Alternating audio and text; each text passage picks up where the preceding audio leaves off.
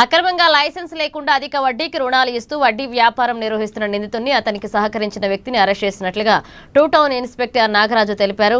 ప్రధాన నిందితుడు దినేష్ కుమార్ జైస్వాల్ ఎలాంటి చట్టబద్దమైన లైసెన్సులు లేకుండా ప్రజలకు 5% వడ్డీకి రుణాలు ఇస్తున్నట్లుగా విచారణలో తేలిందన్నారు.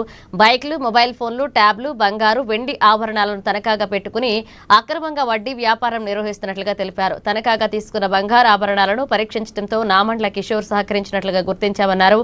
నిందితుల వద్ద నుంచి 20 మొబైల్ ఫోన్లు, 4 బైక్లు, ఓ ఒరిజినల్ ఆర్సీ, వెండి బంగారు ఆభరణాలు, నాన్ జ్యుడిషియల్ స్టాంప్ పేపర్ స్వాధీనం చేసుకున్నామన్నారు. కేసు నమోదు చేసి దర్యాప్తు చేస్తున్నట్లుగా చెప్పారు. 11 cell phone, Android cell phone evening సుమారు 5 గంటల సమయంలో reliable information SI Pranay Kumar, తర్వాత ఏఎస్ఐ లక్ష్మణ్, డబ్ల్యూఎస్ఎల్ సుజాత తిలక్ నగర్ ఏరియాలో రైడ్ చేయడం జరిగింది.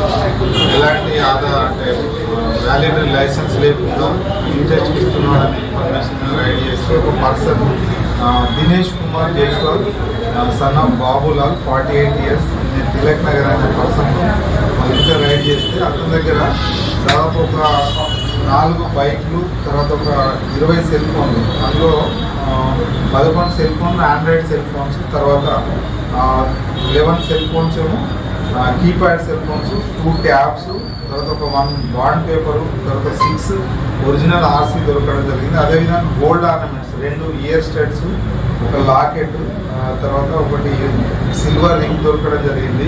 ఇతను ఎక్కువ రేట్కు అంటే 5% ఇంట్రెస్ట్ తీసుకొని ఎవరైతే పూర్ పీపుల్ ఉన్నారో వాళ్ళ అవసరాలకు డబ్బులు కావాలనుకున్నారో వాళ్ళ దగ్గర ఈ వస్తువులను తనఖా పెట్టుకొని అతనికి డబ్బులు కమిషన్ తీసుకుంటాడు. కాబట్టి అతని మీద కూడా కేసు నమోదు చేసి ఇద్దరిని ఈరోజు అరెస్ట్ చేయడం జరిగింది.